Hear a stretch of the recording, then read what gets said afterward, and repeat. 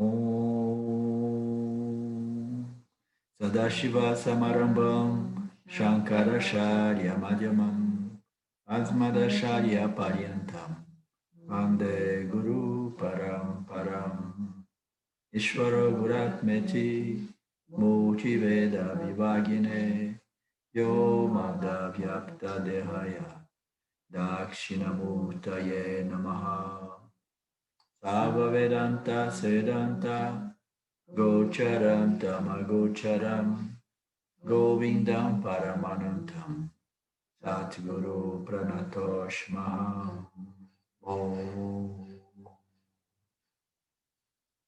Om Shanti Shanti Shanti Om Namaste. Welcome everyone. We begin from the verse 80, Vivekachudamani. It says, anything made of clay is clay through and through. Anything made of awareness is awareness through and through. There is nothing but awareness. So the individual and the total are one. In this way, the identity of the individual and the total is revealed in hundreds of Vedantic statements.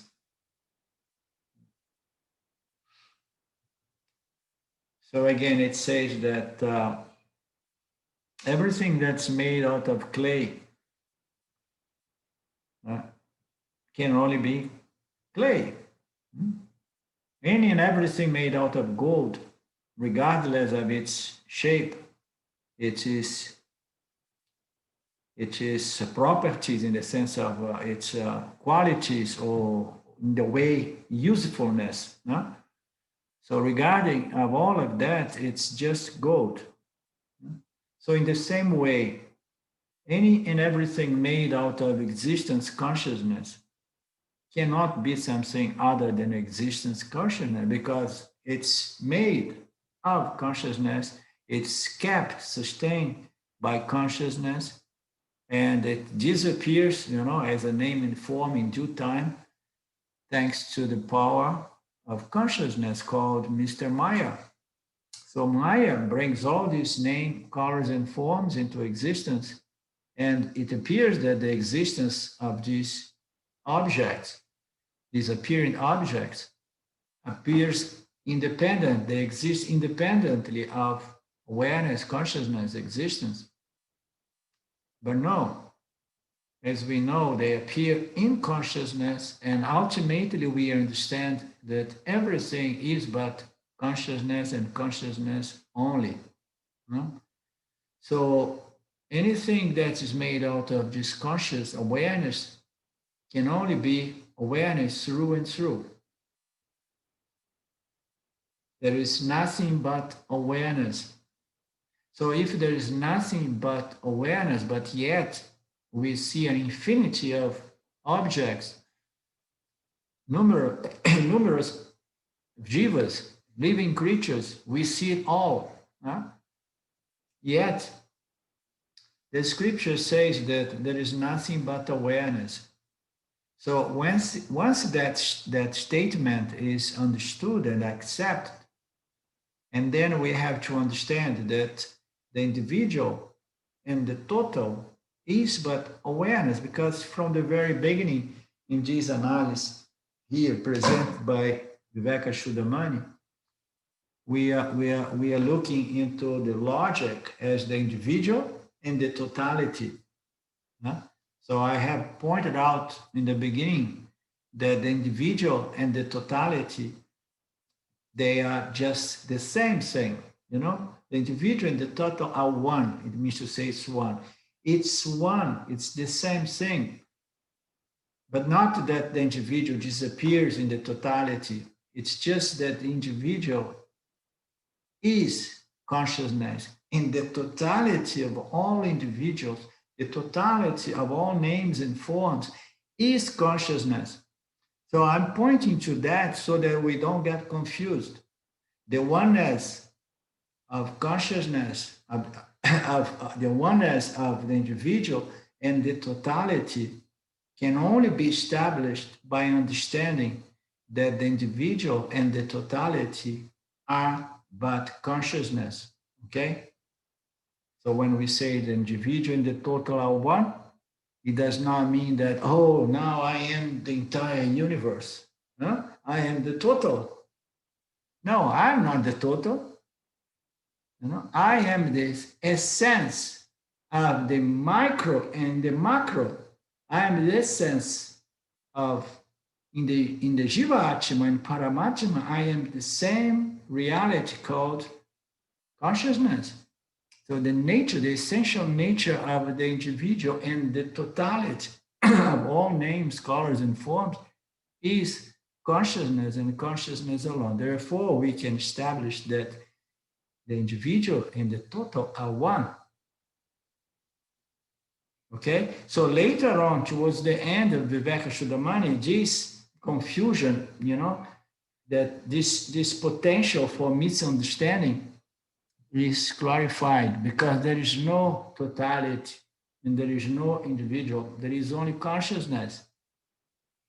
So the individual and the total are one, needs to be understood as it's all only and only consciousness through and through. A consciousness is through the individual and it's through the totality of all individuals and of all inert objects, because it's all made out of consciousness and it exists from consciousness.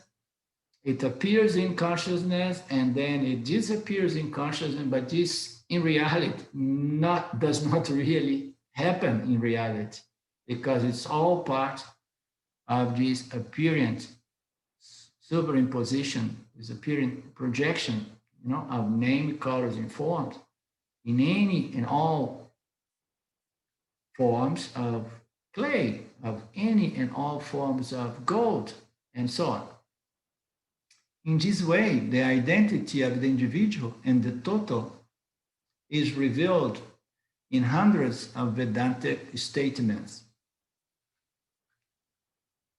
Let's see what comes here from Dayananda. We assign names and forms. We designate pots, pitchers, and plates by their shape and function. But they are all made of clay, as we know. The pot does not exist independently of the clay. This word, independent, when we say that awareness is the only freedom, when we say that awareness is free, because it exists independently of any other factor. When we understand that we are consciousness and therefore I don't depend on any other factor, and everything depends on me, because the existence of everything around us is an existence that is born, it's landed by my existence, consciousness as awareness, as Brahman.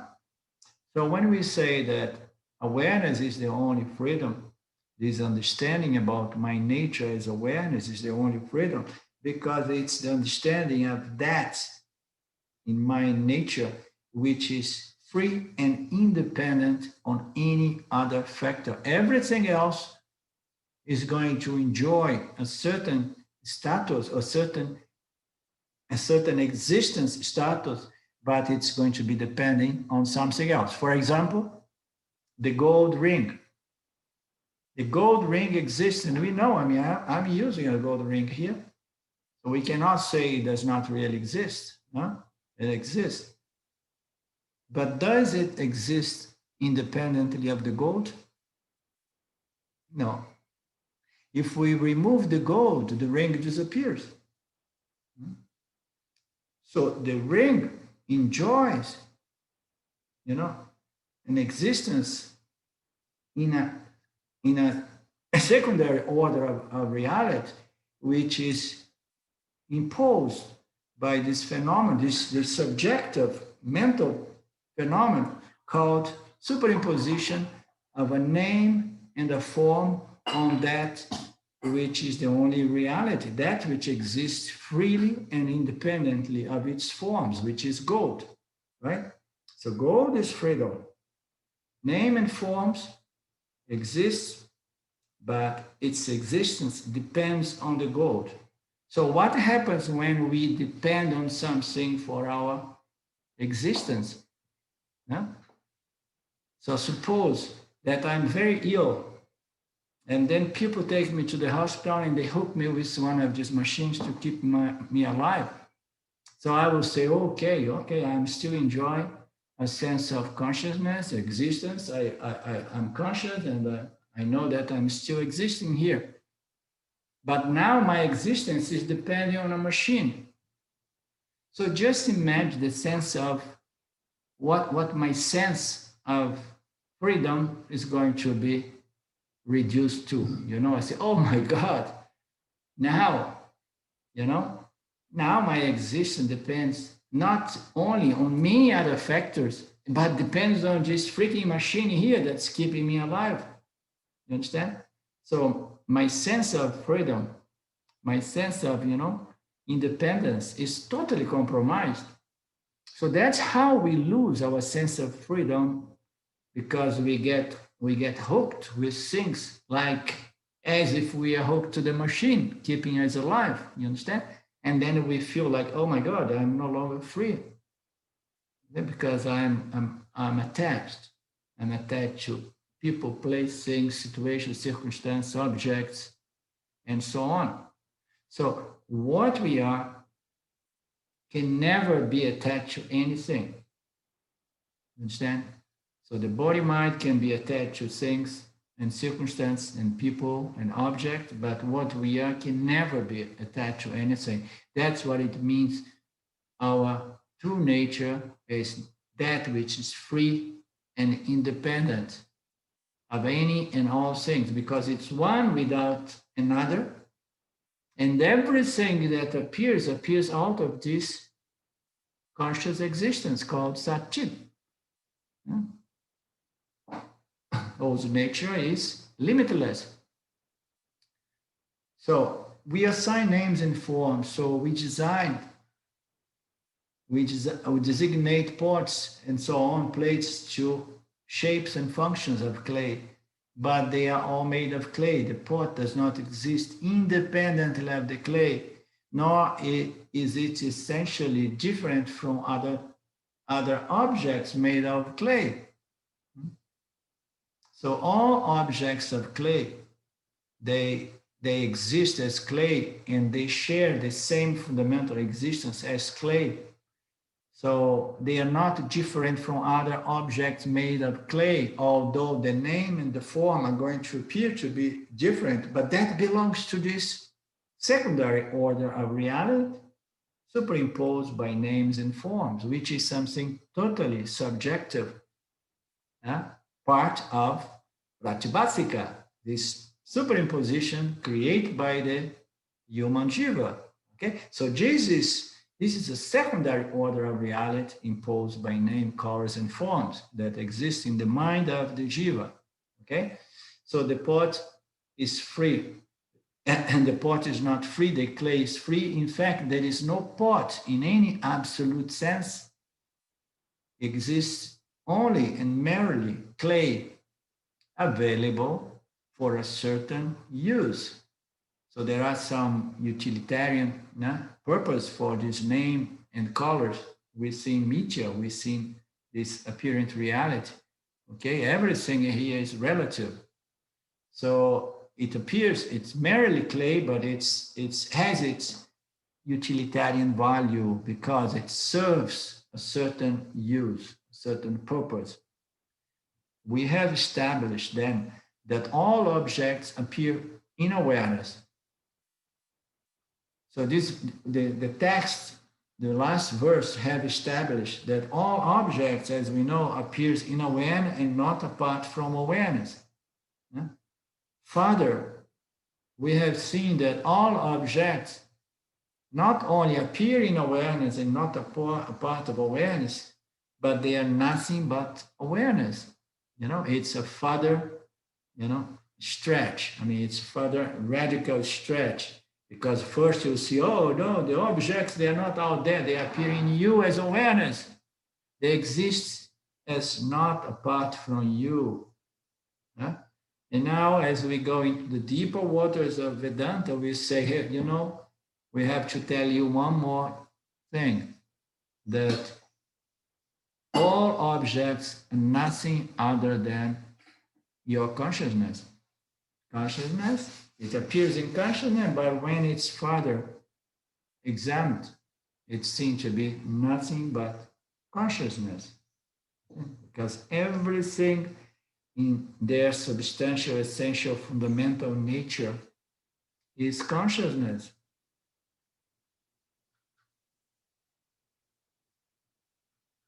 Objects do not come into being and then somehow get notified by awareness any more than pots come into being without clay. This is very nice. So these objects that we say that appears in awareness and not apart from awareness, they don't come from anywhere else. You understand? If they would come from somewhere else, and then duality would be reality, and then somehow it would get notified by awareness, and then awareness would see the object and say, okay, so there is me and the object. No, the object do not come from some other place. They don't come into being from some other existence. You know? Why? Because there are no two existences. Everything is awareness, comes out of awareness. Appearance comes from awareness, and appearance resolves themselves into awareness, but there is only awareness, there is only consciousness. So objects do not come into existence and then somehow they are notified by awareness, and the awareness say, oh, like here comes another object here and exists within me. You understand? No. It says they don't appear in that way any more than pots come into being without clay. Just imagine a clay pot comes and say, oh, I came in here and I appear. And then I say, hey, Mr. Clay, so excuse me, I'm also part of the family. So can you please, you know, integrate me into the clay family here and so on? No, the pay cannot come into existence. The pot does not come into existence from anywhere else except from clay. So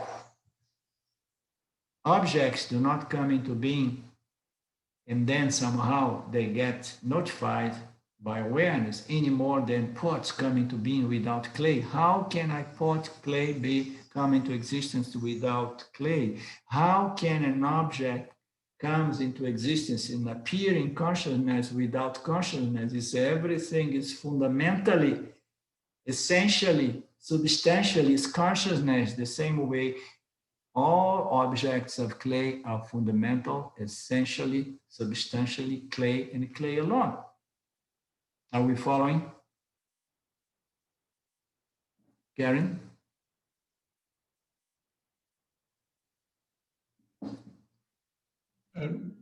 Will you elaborate a little bit more about satya and relative to awareness? It's in the book here, and can you say again?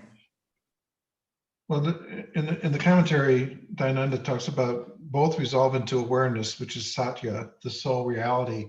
And I'm just wondering why are we introducing that term now, satya? Is it a synonym for awareness? Is it a synonym for consciousness, or is it something different? So yeah, satya, and it was introduced that term there to point to the fact that all objects are mithya. Mithya is that which is not really real, and satya is that which is the only reality. Okay, so all objects resolve themselves to awareness, and awareness is the only reality. Satya, mithya, all objects are mithya, or all objects are mithya, which means that which does not really exist, that which is not real, that which is not unreal, but that which appears to be real, seems to be real due to this superimposition of names and forms. You understand? So mithya is a very, very unique classification, you know.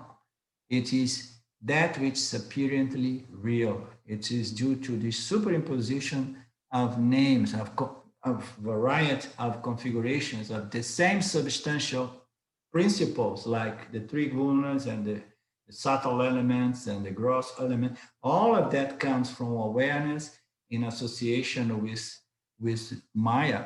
Okay, but the substantial nature of everything is the only reality. And this reality is what we call Satya, that which it really is.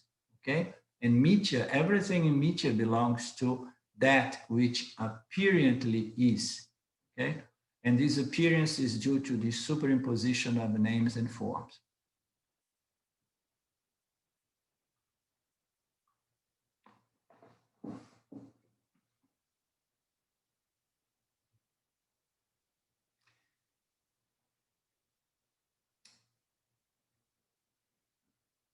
So objects do not come into being and then somehow get notified, get noticed. I'm sorry, I was reading wrong. Notified, get noticed by awareness. This is more to the point. Just imagine object come and then awareness say, "Who? Where did you come from?" You know, and then awareness notes, yeah, the object. No, any more than what pots coming into being without clay. So the pots are born out of clay. Therefore, there is no question of clay getting surprised. I say, "Oh, where you came from?" No, it came from me, from you, clay. So the same way, as the pot is nothing but clay, objects are nothing but awareness. The same parallel, the yeah, same logic, the same analogy. As pot is nothing but clay, objects in this Mithya world are nothing but awareness.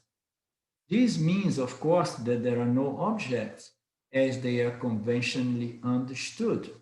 So now is when we begin going to these more radical statements of Vedanta, of the Upanishads. So there's nothing but awareness. The objects are just an appearance. Okay, it's a projection, and that means that there are no objects as they are conventionally understood. What is this conventionally understood?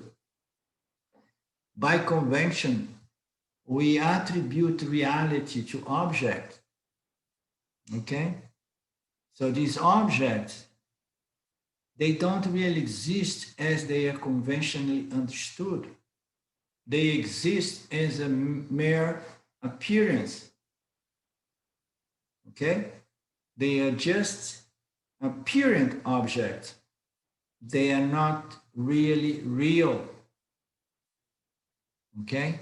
So this understanding is what's going to be gradually free us from this attraction and attachment to objects, because once you begin to understand that the objects and you are the same, because everything is awareness, everything is consciousness, and then this push and pull of wanting to gain, get, and avoid and push away, these things start dissipating because you understand that there is nothing really in the object, because it's all you consciousness. It's all consciousness. There are no objects as they are conventionally understood.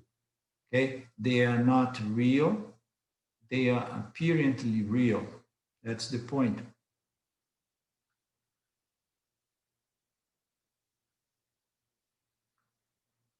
Does that sound too philosophical, or can we find some practical understanding, that somehow benefits us in our moment to moment experience of life, as we understand, that I am not the body mind. The difficult to understand what's being said, that is this firm identification with the body as the body. When you identify with the body as the body, and then immediately we say, of course, this body is here in space, in time, and the other objects are there as well. How can it not be real? Huh? But then when we start understanding that we are not just the gross body, and then we take ourselves to be our subtle body, for example, and then we enjoy already a certain level of freedom from the physical body, because the physical body, the dense body, the gross body, is an object that occurs to my subtle body, to myself as the intellect, the mind, right? So we can see the body. The body cannot see our mind, right? So we enjoy a certain level of freedom from the body, and we start feeling like, wow, I'm not the body. Therefore, time and space does not affect me in the same conventional way as if I am totally identified with the physical body. Okay?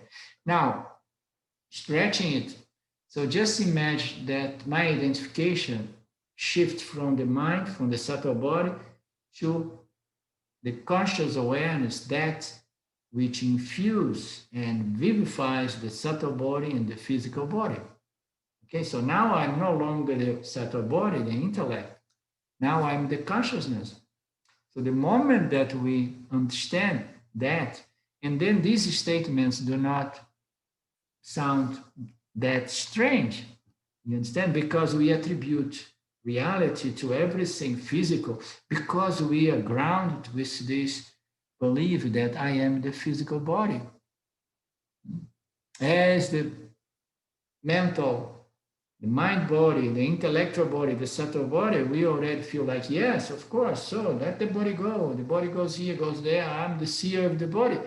And then if we really do this discrimination, and then we can understand that the subtle body also appears within our conscious awareness, because we are aware of our mind, the mind is not aware of us, okay? So the thoughts are not aware of us. So these statements, they begin making more and more practical sense as our identity begins shifting from the body as the body, to the mind as the mind, and then to the light of consciousness as consciousness.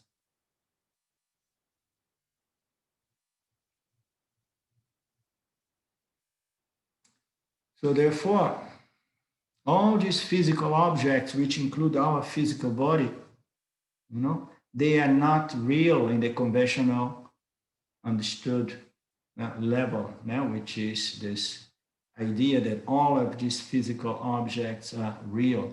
The knower, the individual subject, and the known, the objective world of objects, are what we call mithya. It's an apparent reality. Everything with a name and form and qualities and properties and functions, attributes, anything that we find in creation is part of what we call mithya, an apparent reality. It's superimposition on the knower, on the seer, on the perceiver, okay? Both resolve, both the objective world, and the individual, the totality and the individual. We have been talking about the individual, the totality of one, the totality, the entire objective world and the individual, both resolve themselves into awareness, which is Satya, the only reality. Is that the point, the passage that you are asking, David?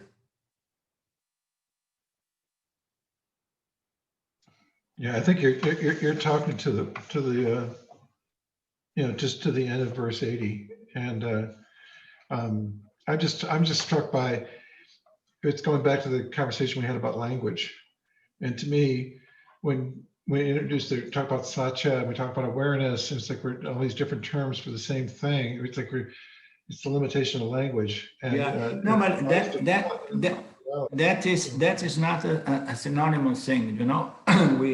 We say that Satya is real, and Mithya is not real. It's another way to present or to see the subject and the object. Satya and mithya, reality and apparent reality. Okay, it's a different way. Yeah, Yeah, satya yeah. is that which is real, that's which exists, that's what is and is freely and independently from any other isness, from any other source of existence, because there is only one existence.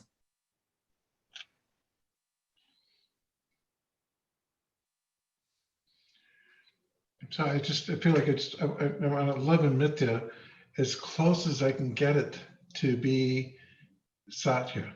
And I mean, they're different. I get that. But it's the whole idea of like, how do I, live in Mithya in a way that is as close to an approximation to Satya as I can.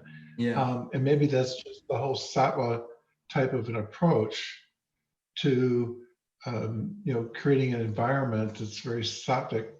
Or I always get confused with sattvic, in creating that environment so that your mithya, in terms of degrees, becomes increasingly more closer to consciousness, to reality, and farther and farther away from this apparent reality, which is just like so materialistic and object driven. So like, I keep yeah, thinking I want to take Mithyan as close as I can to stop with knowing that it can't cross the line, that it's always going to exist. It's always going to be there.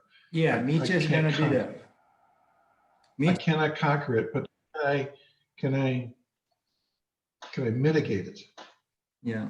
Now, your logic is perfect, is correct, and the cultivation and development of more sattva is what allows, Yeah, which allows us to identify and hold our understanding that the only reality is satya, in spite of persistence appearance of all names and forms, which is mithya. You understand? So you need enough sattva guna, so that this discrimination is very goes into very subtle, deep levels, so that because we cannot cancel, we cannot remove mithya, this world of objects. They are here to stay. So the only way for removing is the ability we have to understand, that the only reality of all objects, you know, is the substantial nature of the object, which is the knower, which is the conscious existence in which these objects appear. So the only way is understanding that. And for that to occur, we need to begin detaching from the notion that we are the body and we are the mind. Because only when we start seeing ourselves as this light of consciousness, and then we begin to really understand that everything comes from this light of consciousness, which includes the mind and the body and all other bodies and objects that are perceived by each one of this body mind complex. So everything is consciousness, and everything that appears in consciousness comes out of consciousness, exists not apart from consciousness, and in reality is nothing but consciousness, because consciousness is the only reality, Dave, the same way the water is the only reality of the ocean. It appears that so many different waves and all kinds of phenomena and creatures even appear in the ocean, but the only reality is water, you understand?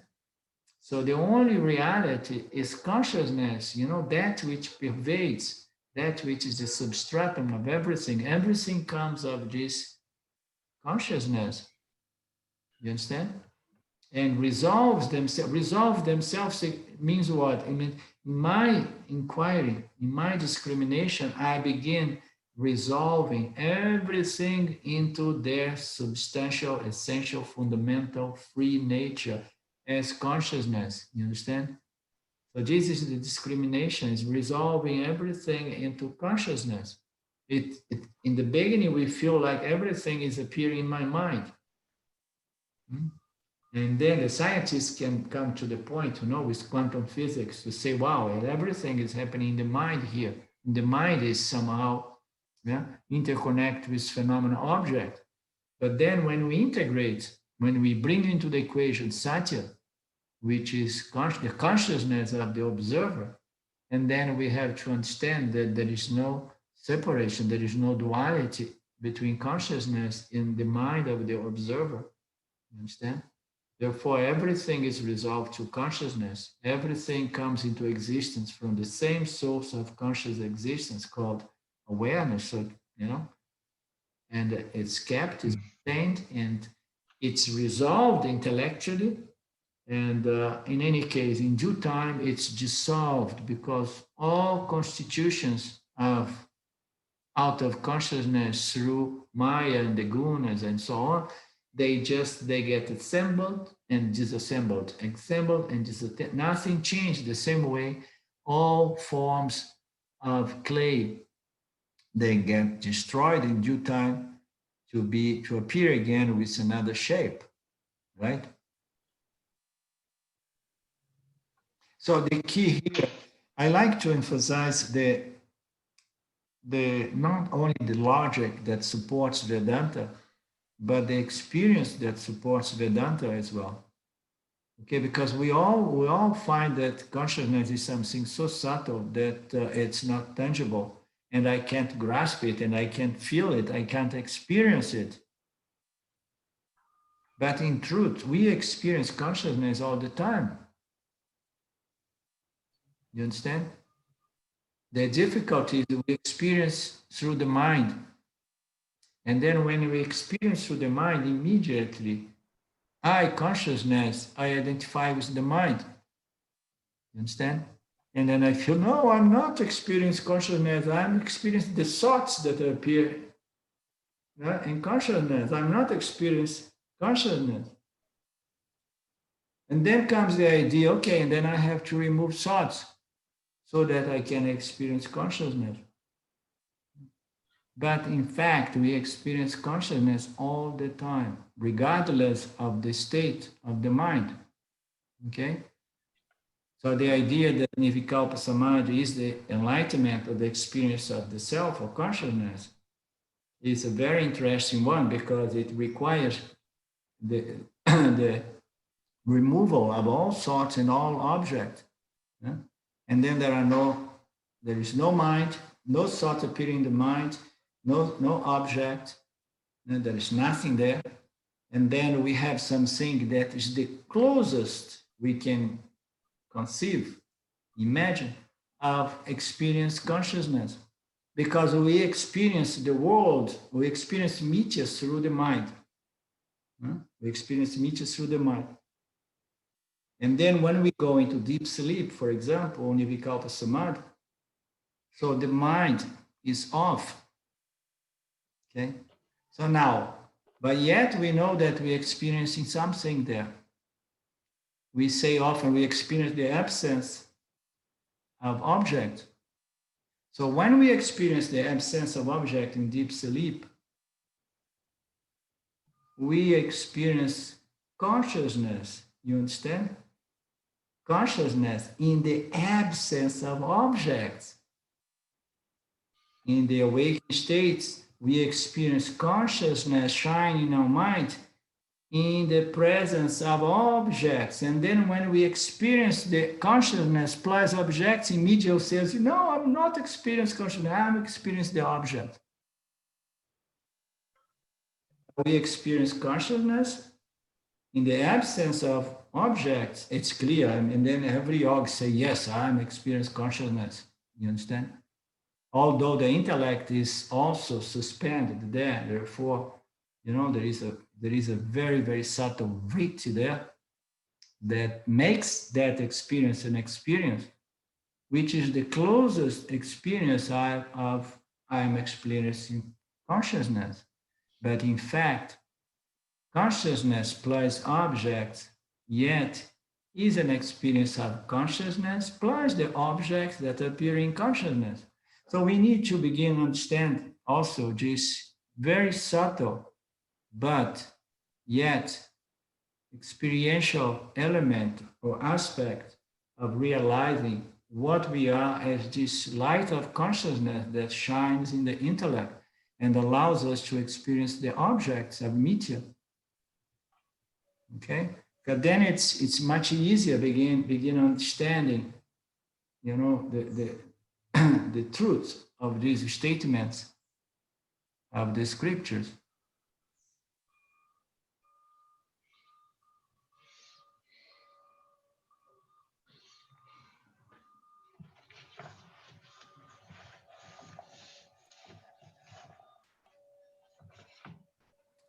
So the knower, the individual subject, and the known, the objective world, amitya, apparent reality, both the individual and the total of the objects resolve themselves into awareness, which is satya, the only reality. The distinctions we make between the individual and the totality is useful on the phenomenal level. We are working here on the phenomenal level, mitya, analyzing the individual, which is mitya, and the totality, which is jagata, which is mitya.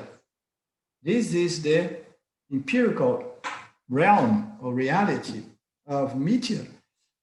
So we are analyzing, it says here, we designate what I am. So we designate clay as a part or picture, but it was and is and all clay, despite of no. The same, no, where was? The knower, the individual, the object, amitya, apparently, both resolve themselves into awareness, which is satya, the only reality. These distinctions we make between the individual and the total may be useful on this phenomenal level called mitya. The individual is an object, it's not really real. And then the totality of all other objects that appear in the mind of this individual is also mitya, phenomenal. Okay, so therefore these notions, these distinctions between between the individual and the totality, they are useful. They are concessions to ignorance. Okay, so they are convenient, they are necessary. It takes us farther and farther into deeper understanding. So they're okay, but these distinctions are not real. Why? Because awareness cannot be divided. Awareness is one without the other, one without a second. There is only awareness. All these objects, they're just not real. We say that, oh yes, there is the individual and there is the totality. But the individual, the totality, they need in due time to be resolved to awareness as awareness and the understanding that awareness, satya, is the only reality. This is all helping us to go gradually to that simple, logical conclusion, understand that, which makes more and more sense as we see it in our human experience, through our human experience, intellectual, with the help of perception and feelings, this understanding becomes grounded, and this identification with the body as the body, the mind as the mind, begins just loosening up. Awareness cannot be divided. We may designate clay as a pot or pitcher, but in reality, it was, it is, and it always will be clay. We can say that the individual is one small part of the totality, but the truth is that the individual and the totality is only awareness, despite of the form of the individual in the form of the totality of the cosmos. It's all awareness. So we designate these distinctions only for our temporary convenience. So it's like we have to take these radical declarations of Vedanta, huh, bits by bits. If we take it all at once, it's absolutely, it's the mind, the intellect rejects it because it makes no sense. It's absurd. So we need to make these concessions, you know, half truths, half lies, a little bit here and there until we can disclose, until the intellect can really digest the ultimate truth. So we do that for our temporary convenience. The same may be said of our individuality and the totality.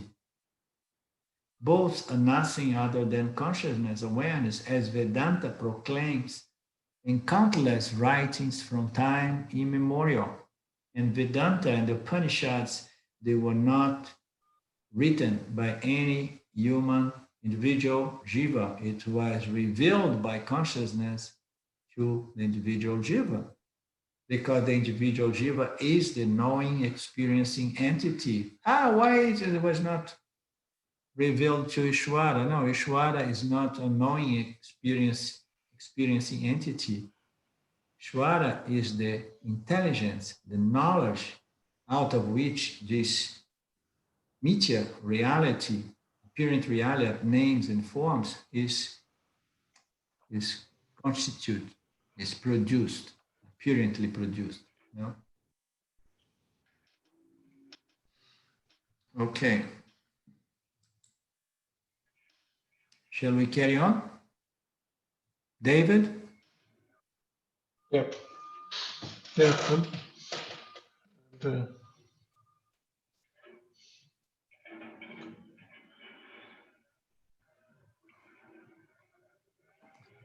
Verse 8:1.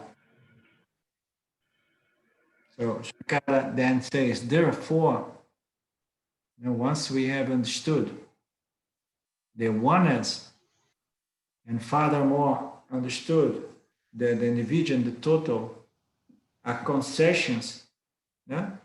So that we can gradually understand that the individual and the total, they are not real, there is only consciousness. And then in the end, in this verse, Shankara comes back and says, therefore, you are limitless, non-dual awareness, consciousness, and you are changeless, you are free of change, and you are free of impurities. So therefore, if there is only consciousness, if the body, the mind, and all other objects that appears within the scope of this body-mind, all of this is resolved in consciousness, and consciousness is the only reality. Consciousness is one without the second. It means consciousness has no two, three, four. There is only consciousness, an infinite ocean of one and the same consciousness. What does that say about ourselves? It says that you are Purna, full, whole, and complete. Why? There is more than you. You are limitless. Therefore, you are limitless. You are non-dual as consciousness. You understand? This consciousness that shines in our intellect is non-dual. It's the same consciousness. It's the same gold. It's the same clay shining in every subtle body of all jivas. Therefore, you are limitless because you are this non-dual light of consciousness and you never change. And you are free of impurities. Impurities we can see as anything other than yourself. Have you ever thought of something that is really pure? When I was studying engineering to become an engineer, I loved certain classes that we had on metallurgy. I was fascinated. I was sad that I took a uh, different course on engineering, not metallurgy. So I learned with metallurgy that there is no such a thing as a pure something, mineral or no or metal, anything. Nothing's pure in the universe. They say, no, but I want to find a pure gold. Impossible. And now I want to produce a pure stainless steel. Impossible. Any and every constitution of meteor contains something other than its primary constituent. It's impossible to create something pure. So we are the only thing that is free from impurities, free from inclusions. There is nothing, there's no inclusions to our true nature. Understand? There is only one non-dual awareness which never changes and is totally free of impurities, anything other than itself. Therefore, if there is nothing other than this conscious awareness, and then it is what? Limitless. The conclusion we must accept when we recognize that the objective world, which includes our body and our mind, so the objective world, as we carry on doing this discrimination, we start seeing the body and the mind objectively, and then we just push them into beyond the line of satya, and then you say, no, you too exist within mithya. Huh? So the body and the mind now is on the other side of the fence, and I say, okay, I'm here, I'm free from everything that's not really real. Huh? We must recognize that this object, which includes the body mind, because now I have an objective view of mithya, in which my body mind was just included, is included. Everything is nothing other than awareness. Come to this conclusion by logic that everything that I can recognize in this objective world is mithya, my body, my mind, everything which appears within the scope of this body mind is nothing other than awareness. Is that we are nothing other than awareness. The conclusion we must accept when we recognize that the objective world, which includes our body and mind, is nothing than nothing other than awareness, that we are nothing other than awareness. Of course. Now it made better sense. When we determine that everything that appears in consciousness, appears not apart from consciousness, and in truth is nothing but consciousness. And then I say, okay, I'm doing a deep investigation of mithya here. But in the end, I determine that yes, everything is consciousness, nothing exists apart from consciousness. And in truth, every object in this objective world is consciousness. But you know what? I stand apart. I don't include myself. No? A lot of people do make this mistake. They keep doing this discrimination, but they stand by the side and they say, okay, but I'm an exception here. No, when we come to that determination, that understanding, we need to accept that we too do not exist apart. This inquirer, this discriminator is also there, not apart from consciousness.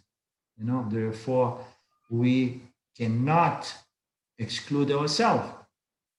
The conclusion is that we are nothing other than consciousness as well. That's what it means when Manji and all our swamis, they say, just claim, not only understand that you are awareness and there is objects, but in the end, you need to claim your identity in awareness as awareness. Otherwise, you are left out of the party. Everything is going on and you stand aside. You say, no, this is all about me here, and I want to resolve this human problem, and therefore I have to join the party here, join the discrimination, so that in the end I can claim my identity with that, which is the only reality. I understood what is real, what is unreal, and now I have to make a decision here. Am I the unreal or am I the real, right? So scholars, they tend to understand everything, but they never really claim. You understand? The final stage of Vedanta is to claim, claim my understanding, claim I understand as that which is the only reality. I don't want to just be an observer here. I want to jump into the ocean and melt into the ocean, claim my identity as the ocean.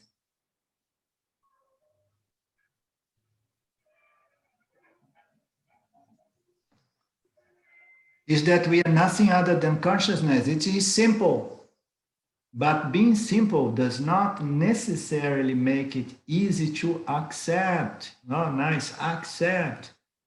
It's very simple. We go through the logic, but then accepting it is another business, another thing. And why is so difficult to accept it and to claim it? Okay, now I have changed my identity and I go to the office and I'm going to tell them I'm no longer a person. You just say, this is my ID card, this is my number, etc., etc. But you know what? I am consciousness. I'm not a person. And consciousness does not have an address. So we don't do that because we are not confident about that.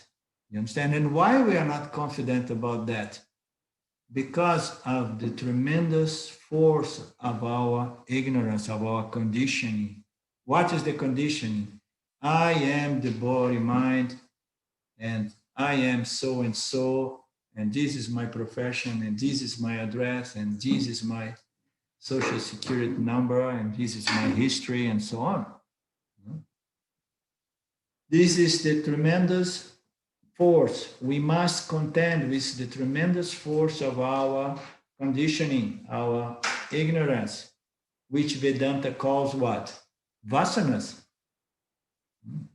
The hardwire, hard and fast belief that I am a person, that I am the body, I am the body-mind complex. Vasanas, this conditioning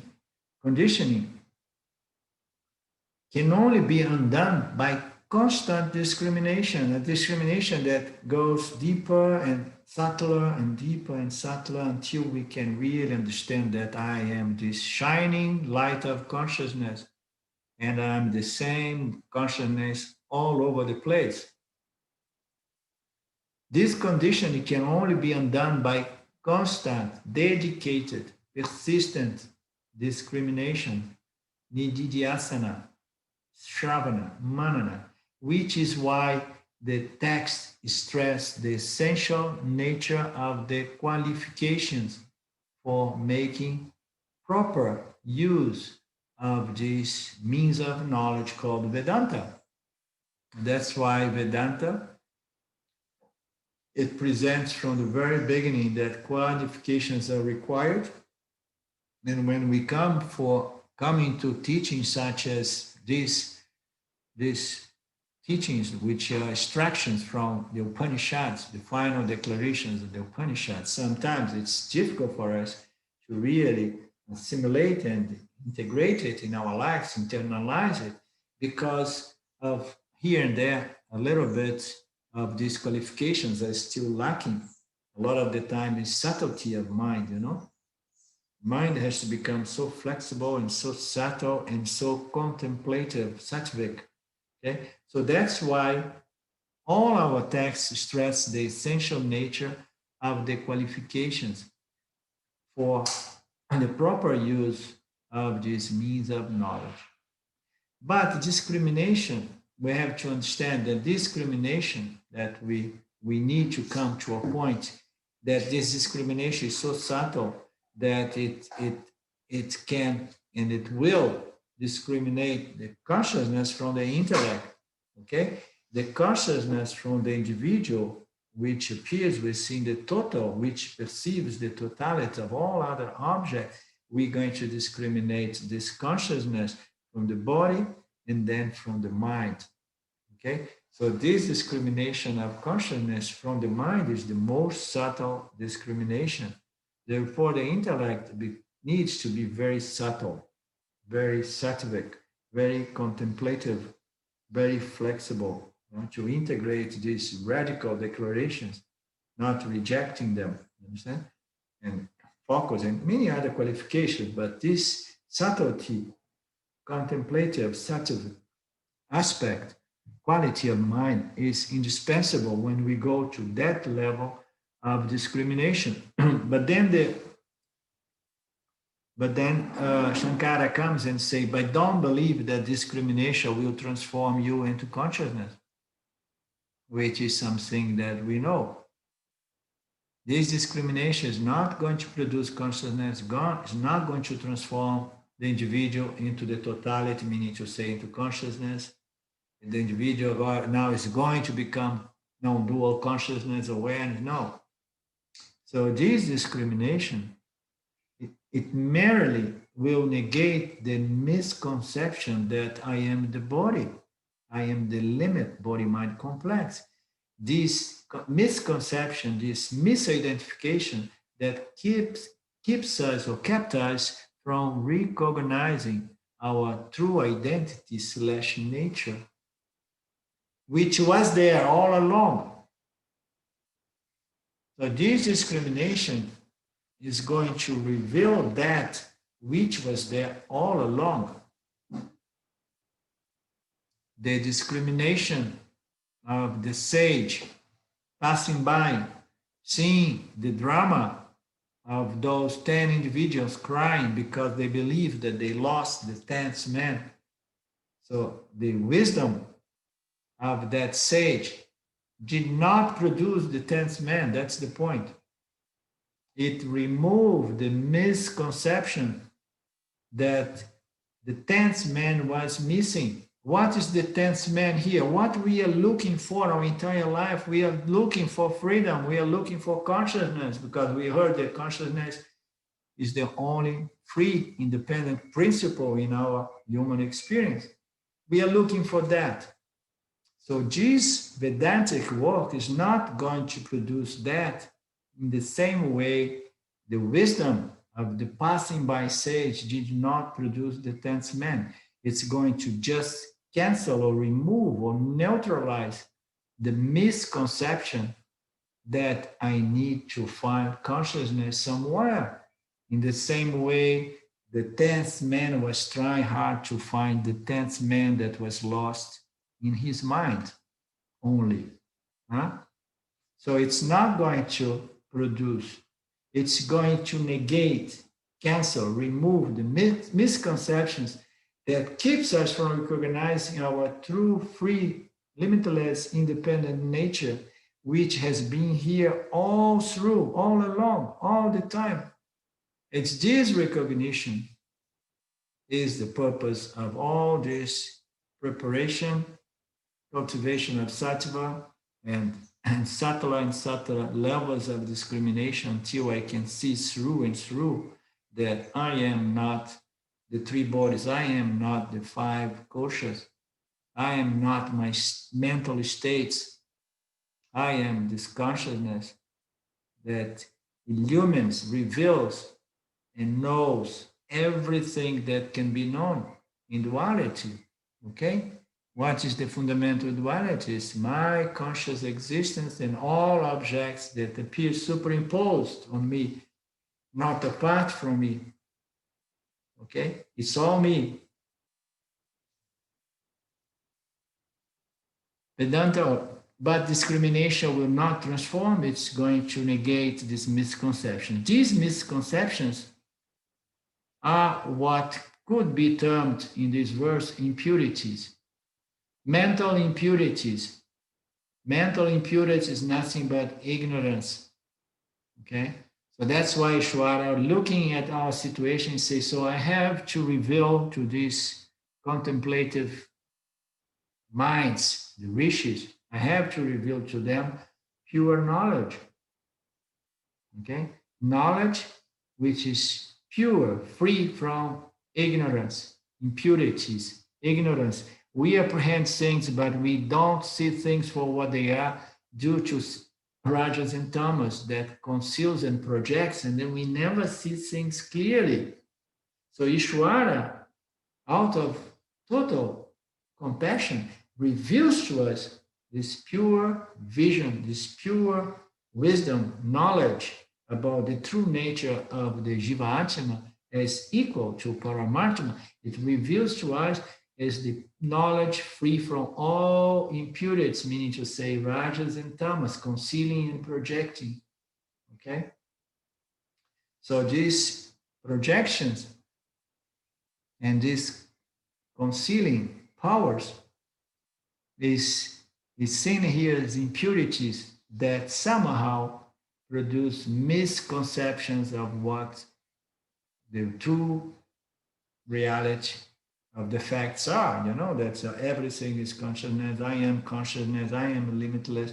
Therefore, there is no need for concern. That's why Ramji likes to put, I am free, limitless, ordinary, unconcerned. Consciousness is one without a second, it's limitless.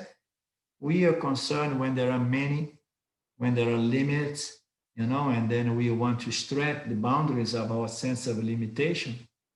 But once we have established our identity as consciousness, and then there are no concerns. But impurities are not really sins in the sense of moral failings. So impurities are not like, oh, this is a sin, oh, I should beat me up, oh, I'm impure because I'm still a little foggy and I'm too rajasic and too tamasic and too emotional. No, these are not sins in the sense of moral failings. They are misidentifications of the self with objects which appears with the scope of itself, the self. It's misidentification. The self, this is the whole play here. The self, through its power of Maya, it projects the world of objects and then immediately it shines in the mind of all jivas. And then somehow, unavoidably, it starts defining itself through the interaction with the object. It gets attached to the object, it gets identified with the object, it wraps it up its sense of identity, existence through this object. Okay? This is the play here. And this is not because Ishvara is perverted. It's because, the creation requires the non and the knower and the non duality. And only through the interaction between the knower and the on, the intellect can develop until it looks like, oh, there is something wrong here. I have been chasing all non-objects in the universe and nothing really satisfies me. So this intellectual subtlety or capability, okay, is a byproduct of this interaction with other objects. Without other objects, the intellect is not going to refine itself. You understand? So when we come to that, and then we see, okay, this is not anybody's fault. This is the design of Mithya. This serves a purpose to refine the intellect so that consciousness appearing as the jiva, the individual, can understand experientially and knowledge-based, experientially and by knowledge, it can understand the true nature of the self. We see the unreal, to extract the understanding of reality from this apparent order of reality, which is not really real. Impurities are not sins, they are misidentifications of the self with everything that is superimposed on itself. The self, however, is not affected by these impurities, by these superimpositions. You see that the metals, I was making analogy in metallurgy, that the metals, you cannot find a pure metal, but just imagine that we have a very, very nice metal, and then we start putting a lot of impurities, a lot of inclusions of other things, but still 99% of this metal, let's say, is gold. So the gold is not really affected by all these inclusions because the gold remains as gold. So likewise, in that case, these inclusions, that they are effective, they are real, that they are all within apparent reality. But now we have gold mixed up with something else. So now we have consciousness, awareness mixed up with a lot of different inclusions, which are the three gunas and all the elements that appear as coloring awareness. But the difference here is that in the case when we bring this analogy to awareness, these impurities, these apparent projections, superimposition of consciousness, do not really affect consciousness. You understand? They are there, they were there, they will always be there, appearing on the screen of consciousness, but unlikely with the analogy of the metal, with many more inclusions that we can make alloys. Alloys are one base metal with a lot of these different inclusions. So in the case of the physical material example of the metal, there is an effective, actual, inclusion, and impurities are there. Okay. But in the case of awareness, awareness is absolutely not affected by any of these inclusions. Why? Because these superimpositions, they are not real. They are just an apparent superimposition, apparent projection. It does not change. It does not include anything to awareness, does not make awareness or consciousness as something made of several parts or inclusions. Awareness is consciousness. It pervades everything without change itself, as it pervades everything. It permeates and pervades everything, but it remains pure. Okay? It remains in its purity. That's why we find this term of pure consciousness. Pure consciousness. The mind of the individual is never pure because it's constituted by parts, by the gunas, the energies, okay, and the subtle elements. But awareness, being one without a second, is pure. And it's pure. And because it belongs to another order of reality called Satya, it pervades Mithya, but it's not touched by Mithya, the same way that the dreaming objects are not going to affect the individual when he wakes up in his room. He was dreaming with a beautiful man or woman or with a tiger. When he wakes up, it does not transfer because they belong to two different suborders of reality. So Satya, that which is the only reality, that which is free of impurities, that which is non-dual, okay, does not get affected by anything of these projections, of these superimpositions, of these apparent impurities, okay? It's not affected by these impurities because of what? Because they are not real.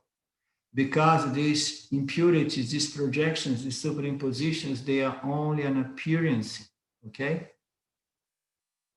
They're only apparently real, and which, like all seeming objects, resolve into awareness as awareness once ignorance dissipates, once ignorance disappears.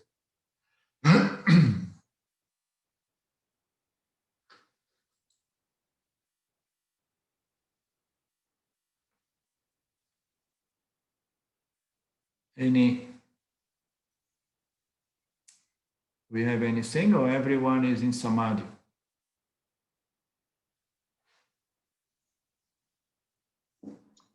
I don't know why, but I'm not picking up the extra subtlety here. We kind of covered this before, so I'm not sure why, we've got additional verses here.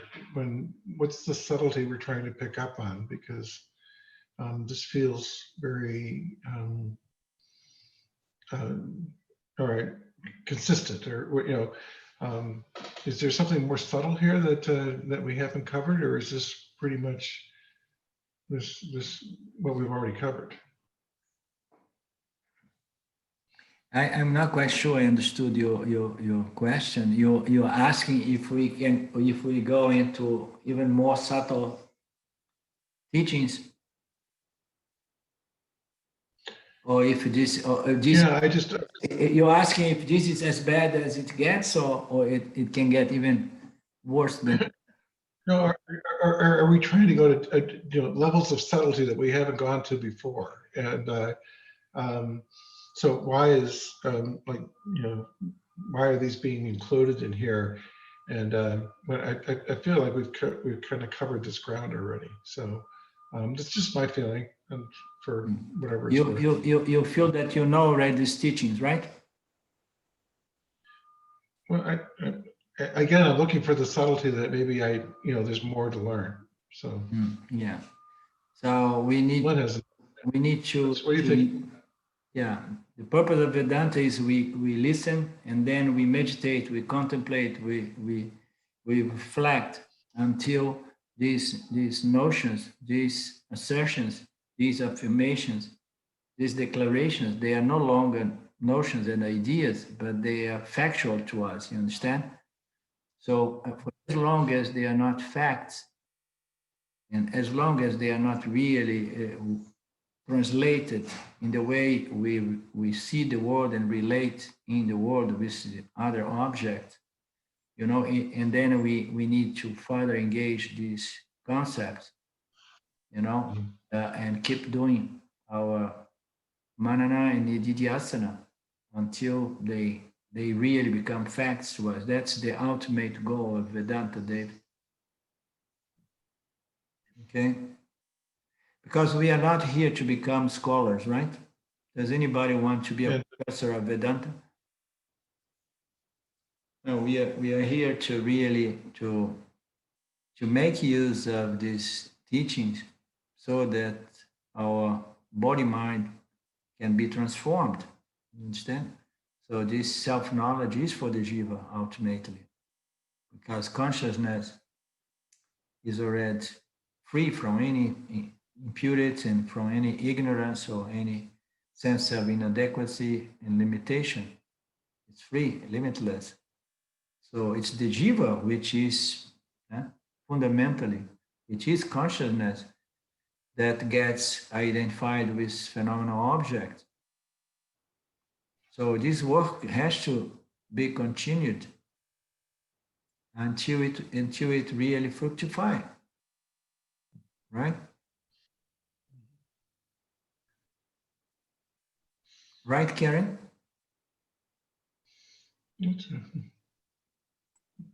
Yes, it takes a lot of, I think it's looking at it from different angles. It sounds repetitive, and it is, but it's looking at the different angles of the subtleties, I guess. Yeah. I'm doing my best here not to make it too repetitive. And but when it comes right down to it, it's the last sentence of verse 82. Yeah. Huh? Say it again. Well, the last sentence in verse 82 of not verse, but I mean the commentary on 82. It is all mithya, just an appearance in awareness, which can be nothing other than awareness. All that remains is the changeless self. And it kind of boils it all down to that. Where are you reading? The verse 82, just as the dream objects are not real, the objects in the waking state create but self-ignorant. Is that the verse you're saying? Yeah, that's the verse. Then I'm just reading the commentary underneath it. Yeah, so you are all the time ahead of us here, it seems. It's a vasana. It's a curse. It's an anxiety vasana. You want what next? What next? What next? And we need to go step by step with Vedanta. We need to come to terms with the fact that the teachings of Vedanta, they are very simple. And most of the time, if we look at this verse, they repeat themselves, the same concepts over and over and over again. You understand? And that gives us an opportunity to see it from different angles, like Karen was saying, and that's where the teacher comes as well. With when the teacher is a good teacher, Ishvara just plays through the teacher, trying to present different angles from where we can see, and understand more clearly and firmly the meaning of these statements of the Vedanta. So we need to make terms with the fact that it goes back again and again and again and again and again and again, presenting it with a different construction of words, a different, analogy and example, and then a different unfoldment. Because if you go and look at the unfoldment of every one of these verse by any teacher, every time the unfoldment, the exposition is different. So all of that to give us the possibility to remove any possible misconception or resistance or doubt or suspiciousness or inability to understand. So as I said, it is repetitive and it needs to be repetitive because ignorance, Karen, is very much so hardwired. If it was not hardwired, we would do like I did. I did in Brazil not long ago. 2, 3 months ago, I did 8 days of Vedanta. And I could see that most people there was believing that they were already, you know, self-realized after 8 days. I say, okay, almost like, okay, so good. I'm used to do webinars and seminars and retreats like this. So now I'm certified. I'm a certified enlightened person. So with Vedanta, it takes some work because we are not here after academic knowledge, or we are after transformation. We are after the most ambitious accomplishment, which is the removal of this universal cosmic ignorance, self-ignorance. You understand? And as it says in the previous verse, it's simple, but it's not easy because this cosmic universal ignorance is very, very deeply hardwired. So we need to keep dwelling, contemplating, reflecting, okay, and clearing our doubts again and again, and to the best of our ability, without rush, without anxiety, with trust in the words of the scripture, with confidence that the teacher and the teachings are not misleading us, and with the patience and the humility to know that, it takes what it takes, but I'm here to go all through with this inquiry until I'm satisfied, and my ignorance, my sense of limitation due to this misidentification with the body as the body, with the mind as the mind, is removed. We should not stop until we should not deceive ourselves. We should not be, someone who is in a rush and then in the first opportunity says, okay, now I'm already certified. No, we know when the work is done for us. You understand? It's done for us when this self-knowledge is hard and fast. It's doubtless self-knowledge. And not only it's doubtless, but it transforms or begins gradually and rapidly transform our emotional, mental, intellectual personality, so that we can live a life as free of conflicts and fears and desires and agonies as possible, anxieties,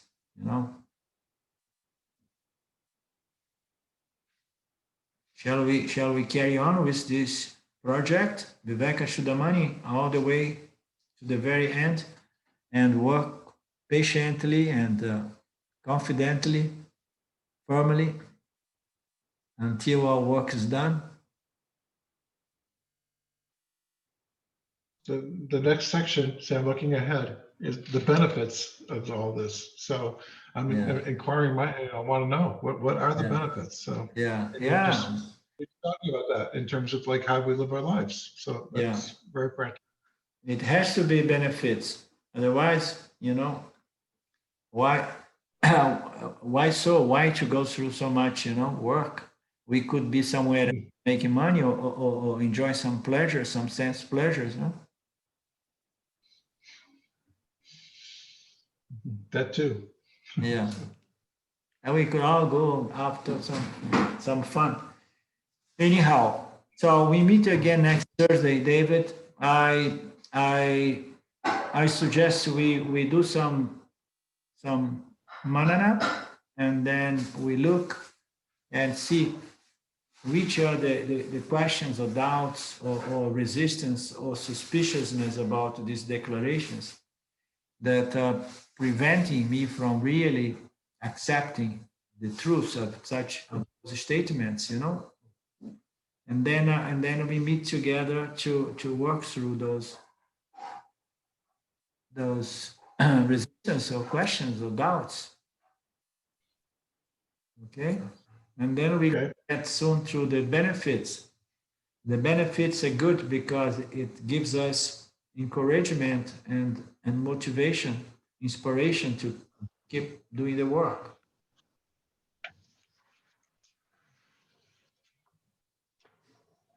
All is good, Claudio?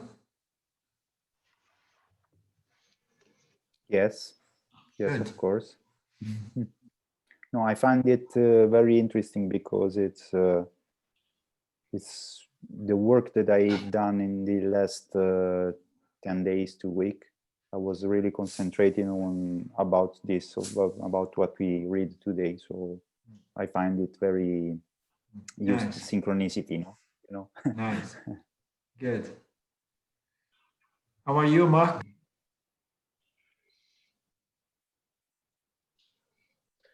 Yeah, well, good, Arlindo. Enjoying it. I found myself wondering, especially during the first verse today, why objects can't actually exist in awareness. For example, if we take space, objects actually exist within space. I realize that everything appears in awareness, everything disappears back into awareness. But I was trying to clarify in my mind why the objects can't actually have some sort of empirical reality within awareness. Because they belong to a different order of reality called Nitya. You understand? Satya permeates and pervades, Yeah. but it's free and independent from Mithya, and it does not change within contact with Mithya, so to speak. So these objects, they enjoy a relative, empirical, and apparent order of reality. They exist, Mark, because we cannot really experience something that does not exist. So, for example, the mirage, okay, or the rainbow, do they exist or they do not exist? They exist because we experience, but we know we cannot trust really perception. You understand? So perception does not make something real. Yeah. Okay, and most of what we experience as objects is just a byproduct of the perceptive five sense organ. And they appear and they disappear. They don't last forever. And they don't have a reality apart from the Mithya reality, this reality of apparent phenomenal objects that are perceived through the sense organs, you understand? So they belong to Mithya, and then they are real in Mithya, but Mithya altogether is not real, but it's only apparent real. That's where we need to understand Satya from Mithya. Satya is the only reality, that which is always ever present in the. Yeah, I understand. Sorry. No, continue. I understand the difference between Satya and Mithya. Yeah. And I was just sort of clarifying it in my mind that about the objects. Yeah, of course they appear in Mithya, and Mithya, yeah, is an apparent reality. Yeah. Yeah. So this is a key question. But also, when we use the word,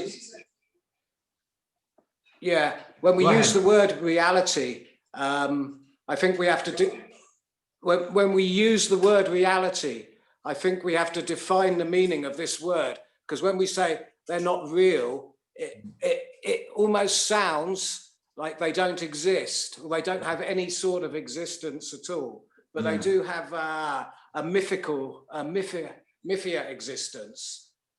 Yeah. So the definition of the word reality has to be very clear as well. Yeah, and our definition of reality, which is the metaphysical definition of reality, is that which it always is and never change from moment to moment. It remains the same. Reality is that which always is, exists always, and never changing. Okay, so this is the definition of reality, and everything that So Satya appears in consciousness, it exists in the middle, but don't exist in the before the beginning, or in the future.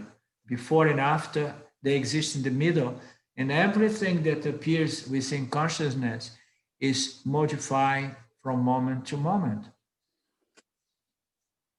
It's a phenomenal appearing object, constituted by the gunas, by the elements, and so on. It's a configuration made by Maya. It's part of this pratibhasika reality, of which is an appearance, and then it is experiencing the mind of all jivas, as it appears as a vyavaharika projection from Maya Shvara, and appears in the mind of all jivas as pratibhasika reality, which is a superimposition given to all names and forms which are produced by Maheshwara. Understand?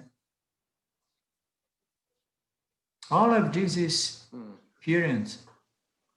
Yeah. It's a projection. This is the creation we covered in the recent verse, the creation of Ishvara and the creation of Jiva. You understand? Yeah, I do understand it. I understand it on an intellectual level. I was just I was wrestling in my mind with this reality and non-reality sort of thing. Okay, so this is a good topic for us next Thursday. It would be nice to go a little more deeper into this. Okay?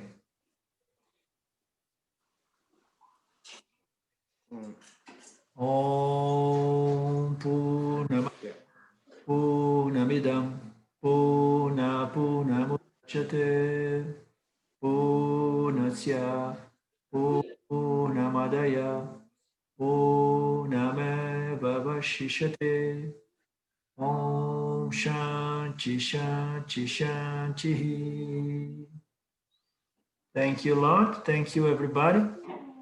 I want to also stress these sessions on Thursdays with Q&As. They are very good, and they are more enjoyable in general because they are more practical. We take all this understanding, and then we bring our questions so that we can somehow make this knowledge practical. We can reconcile all this understanding, these statements in practical levels, in which way it can affect my life.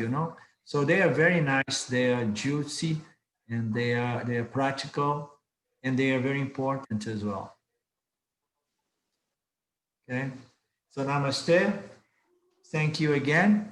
Much love, and we meet again soon. Thank you. Bye, David.